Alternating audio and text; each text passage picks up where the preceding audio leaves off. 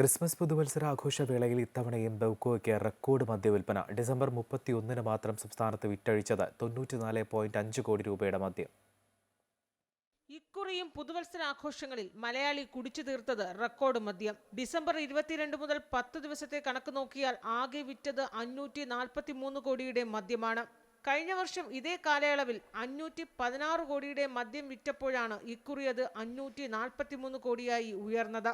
ഇത്തവണ പുതുവത്സര തലേന്ന് ഡിസംബർ 31 മാത്രം വിറ്റഴിച്ചത് 94.5 കോടിയുടെ മദ്യമാണ്. കഴിഞ്ഞ വർഷം അത് 93 കോടി രൂപയായിരുന്നു. ഏറ്റവും കൂടുതൽ കളക്ഷൻ നേടിയ ഔട്ട്ലെറ്റ് തിരുവനന്തപുരം പവർ ഹൗസ് റോഡിലെ ഔട്ട്ലെറ്റാണ്. ഇവിടെ 1.02 കോടി രൂപയുടെ കച്ചവടം നടന്നു. എറണാകുളം രവിപുരം 77 ലക്ഷം, ഇരിങ്ങാലക്കുട 76 ലക്ഷം എന്നിങ്ങനെയാണ് മറ്റ് ഔട്ട്ലെറ്റുകളിലെ വിൽപ്പന. ഇത്തവണ ക്രിസ്മസിനും റെക്കോർഡ് വിറ്റുവരവാണ് ബെവ്കോ നടത്തിയത്. 3 ദിവസം കൊണ്ട് 154 കോടി രൂപയുടെ മദ്യമാണ് വിറ്റഴിച്ചത്. അമൃത ന്യൂസ്, തിരുവനന്തപുരം.